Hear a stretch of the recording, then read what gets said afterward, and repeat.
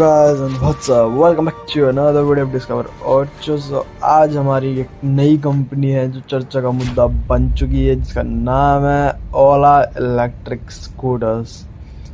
तो guys basically हुआ क्या है, एक अलग ही तरीके का प्रोटेस्ट सामने आया है जो कि महाराष्ट्र से है। स्कूटर के जो ओनर है मिस्टर सचिन गिट्टे, उनकी तरफ से प्रोटेस्ट आया है। अब कंपनी के ऊपर डेली कुछ ना कुछ हो जा रहा है, कभी कोई आग लग रही है या फिर कभी स्कूटर रिवर्स में चल रहा है, कभी कंपनी रिकॉल कर रही है अपने स्कूटर्स को। और अब ये हुआ क्या, बेसिकली जो सचिन गिट्टे हैं, अब देखो कस्टमर का जो एक फ्रस्ट्रेटेड लेवल होता है ना, वो बढ़ चुका है ज़्यादा।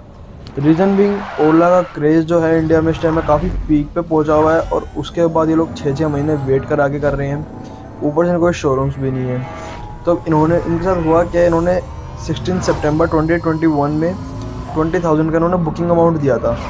उसके बाद जनवरी 21 2022 को 65,000 रुपीज़ और दिए थे और अपनी स्कूटर की पेमेंट कंप्लीट कर ली थी। उसके बाद कंपनी ने इनको 24 मार्च को दिए स्कूटर, 2022 को 24 मार्च में। तो इतना टाइम, 6 महीने का गैप हो गया है पूरा। उसके बाद स्कूटर आ जाता है, 6 दिन भी नहीं चलता है। सो आप समझ सकते हैं कैसा फील होता होगा कि 6 महीने वेट करके एक चीज़ को मंगवाया। अब इन्होंने क्या करा है, इन्होंने अपनी जो ओला इलेक्ट्रिक बाइक है उसको जो है गधे से खिंचवाया है। अब इंडिया में देखा जाए तो ये ट्रेंड बन चुका है कि अगर आपका व्हीकल काम नहीं कर रहा है ढंग से, या फिर काफ़ी लोगों को उसमें कंप्लेंट्स आ रही है, तो अपना चलो और खिंचवाओ गधे से। और जबकि ठीक भी है चीज़। रीज़न बिंग, अगर कंपनी तक वो बात पहुंचेगी तभी कंपनी इसका सोल्यूशन करके। अब आपको जैसे पता होगा, इससे पहले अब एमजी काफ़ी चर्चा में आई थी कि एमजी की कार सच्ची नहीं चल रही हैं, कहीं जल रही हैं, कहीं कुछ हो रहा है, काफ़ी प्रॉब्लम्स आई थी। उसमें भी एक भाई थे, उन्होंने भी ऐसी गधे से खिंचवाई थी अपनी गाड़ी। बट आज की डेट में जो एमजी की रेपुटेशन है वो काफ़ी अच्छी है। उन्होंने काफ़ी इम्प्रूव किया अपनी कार्स में। अब इनकी सच कार्स में कोई भी इशू नहीं आते हैं। तो अगर उसी तरीके से ओला भी अपने में इम्प्रूव कर ले तो काफ़ी बढ़िया रहेगा। रीज़न बिंग, ईवीज़ की जो इंडिया में डिमांड है ना, एक तो पहले ही ये काफ़ी न्यू एवोल्यूशन जो है चल चुका है इंडिया में कि नहीं, अब ईवीज़ पे थोड़ा चेंज करना है पेट्रोल डीजल से। क्योंकि देखो, रीज़न बिंग पेट्रोल डीजल के रेट भी काफ़ी हाई हो चुके हैं, तो ईवीज़ उस चीज़ में भी काफ़ी सपोर्टिव रहती हैं, बजट फ्रेंडली भी हैं, और ऊपर से चलने में लुक वाइज भी काफ़ी अच्छी लग रही है। और ओला की तो बहुत ही ज़्यादा डिमांड में इस टाइम में। बट अगर इस तरीके से चलता रहेगा तो कंपनी को एक मैसेज है मेरा, भाई थोड़ा इंप्रूव कर लो, नहीं तो आप समझ सकते हो कि आपके साथ क्या हो सकता है कंपनी में। क्योंकि जो ईवी की एक मार्केट है उसमें कंपटीशन जो है वो बहुत ही ज़्यादा है। अगर आप आज भी गूगल पर सर्च करोगे, ईवी स्कूटर सर्च करोगे, आपको इतनी ज़्यादा लिस्टिंग मिल जाएगी, इतनी ज़्यादा मिल जाएगी, आप खुद सोचोगे कि मैं क्या क्या देखूँ। आप थक जाओगे, लिस्टिंग ख़त्म नहीं होगी, इतने ज़्यादा स्कूटर्स हैं।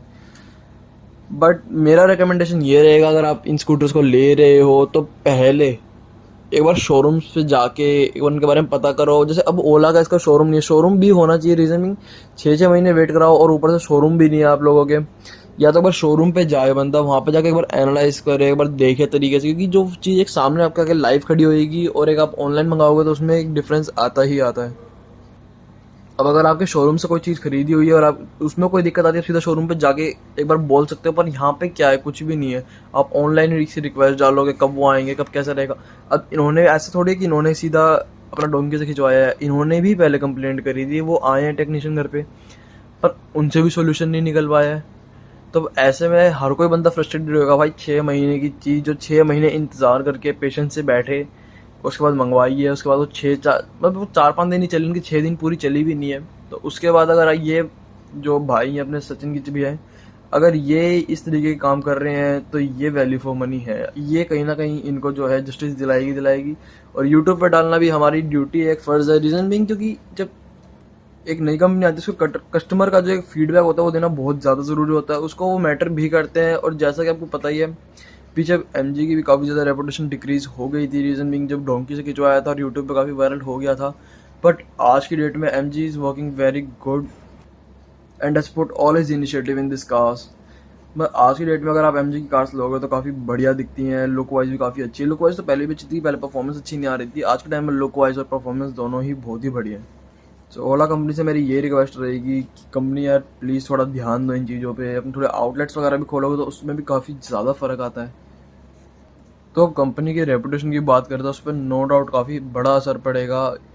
कुछ समय पहले आग लगना, फिर रिवर्स में चलना, फिर रिकॉल्स करना कंपनी को स्कूटर्स का, उसके बाद ये डोंकी से खिंचवाया है, तो ये चीज़ें as a reputation of a company is not that much good.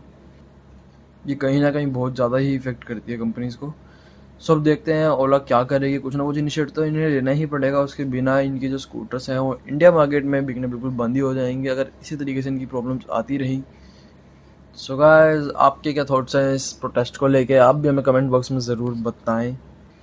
And for all automobile sector news, kindly do subscribe my channel. And thank you guys for watching this video. Do like, share and subscribe, and don't forget to press the bell icon वाला काम भी फटाफट से कर देना।